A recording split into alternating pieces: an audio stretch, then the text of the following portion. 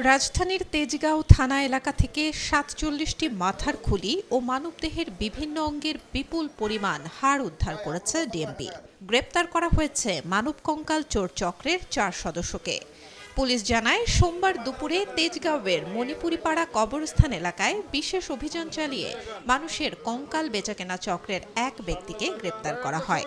পরে তার দেয়া তথ্যের ভিত্তিতে আরও ৩ জনকে গ্রেপ্তার করে পুলিশ।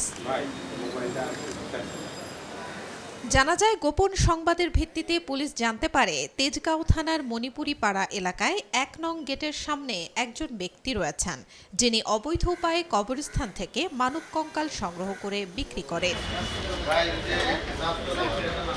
সোমবার বিশেষ অভিযান চালিয়ে ওই এলাকা থেকে কাজী জহুরুল ইসলাম ওরফে সৌমিক নামে এক ব্যক্তিকে গ্রেপ্তার করা হয়। তার কাছ থেকে একটি মানব কঙ্কাল পাওয়া গেছে।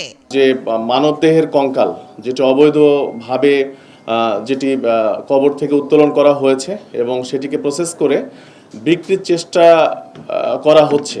একটি চৌকস টিম সেখানে পাঠানোর পরে সেখানে একজন ব্যক্তির সন্দেহজনক মুভমেন্ট আমাদের পরিলক্ষিত হয়।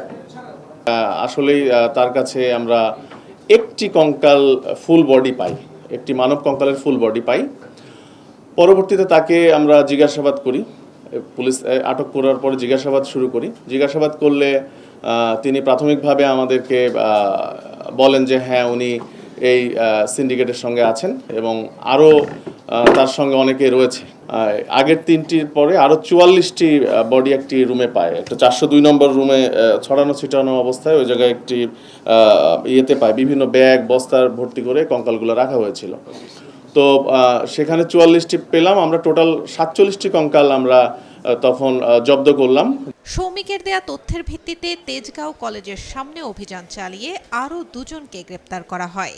এ সময় তাদের কাছ থেকে 2টি মানব কঙ্কাল উদ্ধার করা হয়। এরপর গ্রেপ্তারকৃতদের দেয়া তথ্যের ভিত্তিতে একই দিনে সাপ্পোরো ডেন্টাল কলেজ অ্যান্ড হসপিটালের হোস্টেলে অভিযান চালিয়ে এই চক্রের আরও একজনকে গ্রেপ্তার করা হয়। এ সময় হোস্টেলের 402 নম্বর রুমে ছড়ানো ছিটানো অবস্থায় 44টি মানুষের কঙ্কাল পাওয়া গেছে।